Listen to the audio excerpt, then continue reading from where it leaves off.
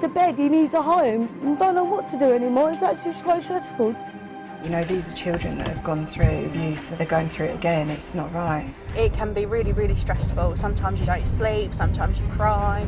Love you. Love you. Throughout lockdown, social workers have been trying to keep track of thousands of vulnerable children. So she hasn't seen her mum since last year. It is a world which we rarely get to see from the inside. We're quite dogged, very persistent, so if we do have concerns, we won't let that lie. For 2 weeks, our cameras have followed social workers at Britain's biggest child protection department. At stake, the lives of children. You know what? Find my children adoptive parents, because I don't feel like I can give them what they need as a mum. And that is sad, because all it comes down to is my kids needing a bed. And we see families that have fallen apart, built back up again. I'm going to miss you. We're going to miss you too. But social workers fear that a storm is coming. Can the service cope? I think we will see an increase in referrals come September because children will start to tell their stories. The additional money that government's given to local authorities so far does not cover all of the additional costs, and that will mean less support for families just at the point when they need it most.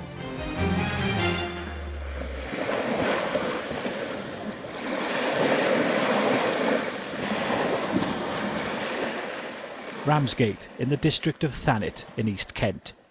Thanet has the highest rates of child poverty in the whole of the county, with almost a quarter of children here living below the breadline. And with households locked down for months, big issues like drink and drugs, finances, relationships festered behind closed doors. Poverty was a big driver of some of the issues around lockdown. We have a child population of around 350,000. We have around 10,000 children with a social worker. So this year we might get as many as 50,000 contacts and referrals at our front door. I was really worried when lockdown started, knowing that Mum was pregnant, and we have provided a lot of support. But it hasn't. This is the Children's Services Department of Kent County Council. It's the biggest child protection department in the country. At the moment we are operating on a skeleton staff, with the majority of staff working virtually and at home. And he hasn't made any clear academic progress or attainment. Behind every phone conversation is potentially a child at risk. She does have Instagram and she follows her mum, but she gets quite upset with some of the things mum's posting. So she's posting nights out, spending money on alcohol. And during the pandemic, it's become worryingly quiet. We have seen a drop in the referrals coming through our front door, which makes us concerned because there are quite a few vulnerable children now who have no professionals involved with their lives, and we can't see what their lived experiences is day to day. And there's a stark warning about how busy things could be about to get. The worst case scenario is it could be as much as 250% increase on what we would normally see in September. So I'm very worried about that. I'm very worried about our resources being stretched to breaking point in September if we're not careful. And that's a concern when the safety of children is at stake. In the early hours of the 5th of April, at the height of the lockdown, 11-month-old Casey Lou Kennedy was found dead at her home in Ramsgate. There was noted bruising to both sides of her forehead. This obviously just needed to be explored. There was no previous history to raise concern for the baby. Because of lockdown, it took 6 weeks to establish the full facts around how Casey died. This is where the impact of COVID has really hit us hard, actually, because I think the most important thing is getting in alongside families, experiencing what it's like, you know, in their homes.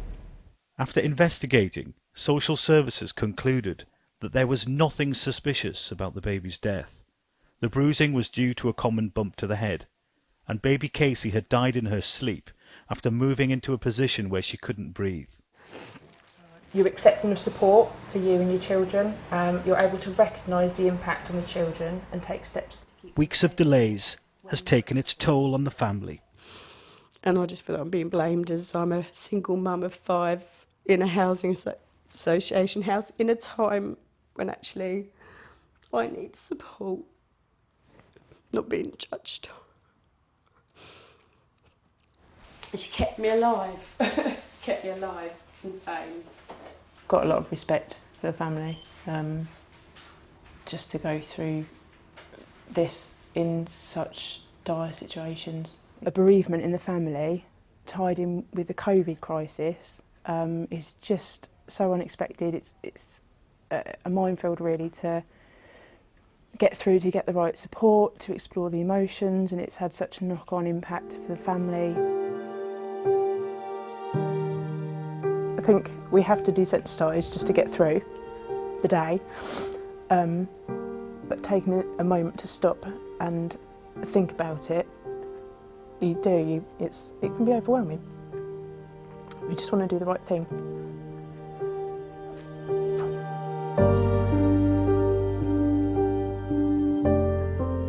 Some cases last just a few weeks, others span many years.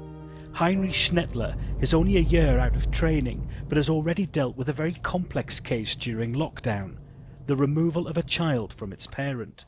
Heinrich's meeting 31-year-old mum Gemma. She's had 5 children, and each one has been taken off her. The latest, a baby boy, put up for adoption just 2 weeks ago. When Gemma invited individuals in her property, there were drugs and alcohol abuse, and some that did pose risks to children. Sometimes the men in Gemma's life sexually abused her and her children. Losing my children, it had finally made me realise that it is time to change, and I should have changed years ago before all this happened. But there's been a development since Heinrich last saw Gemma.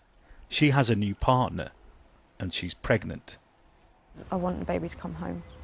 I find it hard to trust anyone, let alone social workers, and it scares me every day that I'm going to go through all this change that I'm trying to prove that I've done, and go through the whole pregnancy just to have it snatched away from me again.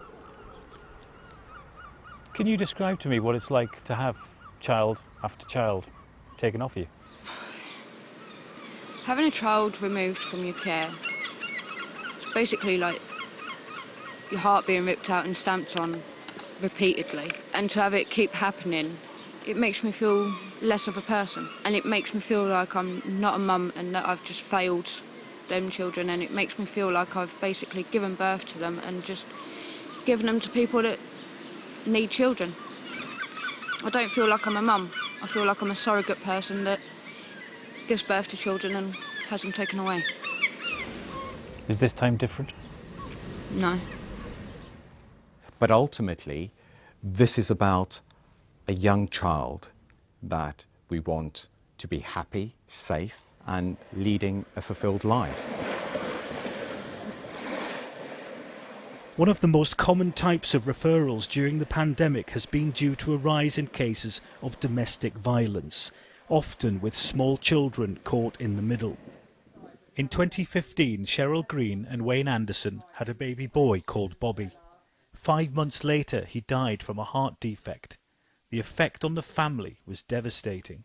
Started drinking, arguing with my partner, getting a bit physical, violent, like smashing things up. He'd come back and he'd be drunk, and I'd say to him, well, you can't be drunk around the children, like around the child, you need to sort of stay away. Social workers were called to assess how all this impacted on Wayne and Cheryl's remaining son, and whether he was at risk. So today is a really positive day actually for us here. We're hoping to have a child in need meeting with a family and end our involvement with them. Maria, are you satisfied the safety goals are achieved for the family? I'm absolutely satisfied. After months of work, Wayne and Cheryl can now say goodbye to their social workers. Where we are now is completely different to where we started. I honestly believe that we won't have any more referrals coming in for this family because we found the root of the problem.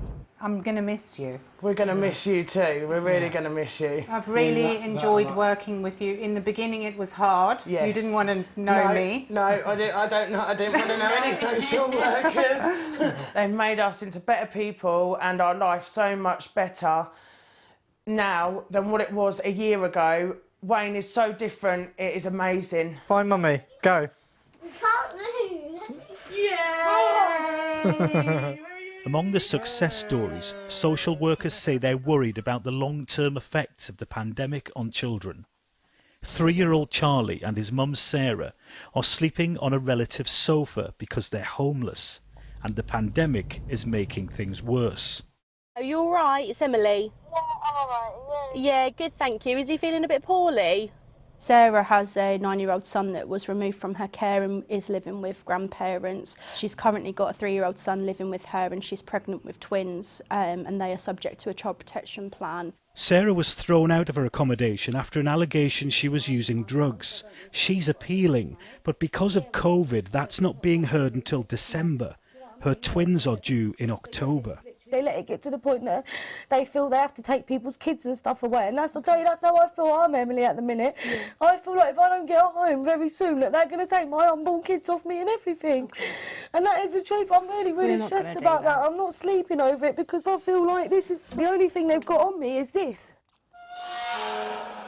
I just felt like ringing the social and saying, do you know what, find my children adoptive parents, because I don't feel like I can give them what they need as a mum. Yeah. And that is sad, because all it comes down to is my kids needing a bed.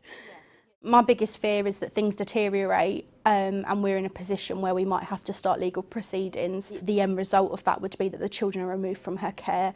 That is not my aim, and that is not the goal. My hope is that we can support her to secure appropriate accommodation, we can get a grip on her mental health and support her through that, and ensure that she provides consistent and safe care to the children.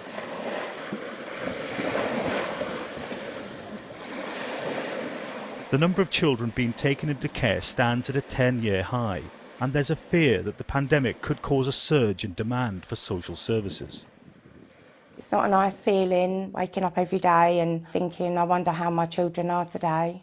Naomi became separated from her 3 children when her mental health got too much, and she couldn't cope. It was dark, it was just empty. It was an empty feeling being away from my children. Hello? Hello, it's just me. Can I come up?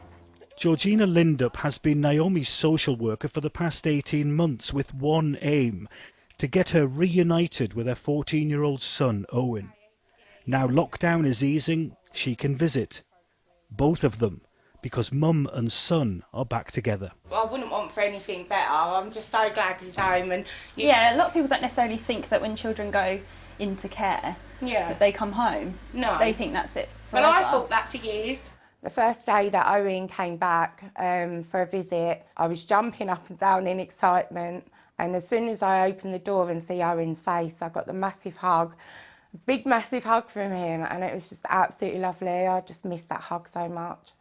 Never knowing whether or not you're going to see your children again it's quite scary, but to also be reunited with your child is such a wonderful experience. It's kind of a bit of a miracle happy moment that I'm here. It feels like something's happened and it's really good, unlike a lot of the other things that have happened through my life.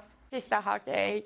My little man, ain't you? Love you. Love you more. You alright? Yeah, you done it. Yeah. So did you? Yeah, we done it. In September, all children of school age should return to their classrooms. Some will have good stories to tell, others won't. Before the pandemic, councils were warning of a £3 billion black hole in child services, as by the end of last year, thousands more children were requiring protection. Fast forward a few months, and government budgets have been torn up to cope with the pandemic, and no one really knows how that will impact the funding of these services, and whether cuts in the future are inevitable.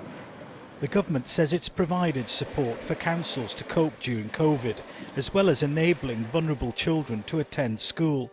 But is it enough? It looks as though we're standing kind of on the precipice of a really huge problem come September. But the government needs to be more visible on this issue. They need to help us and support us to do the work that society wants done, but is often hidden from view and unseen by the public. The additional money that government's given to local authorities so far does not cover all of the additional costs, and that will mean less support for families just at the point when they need it most.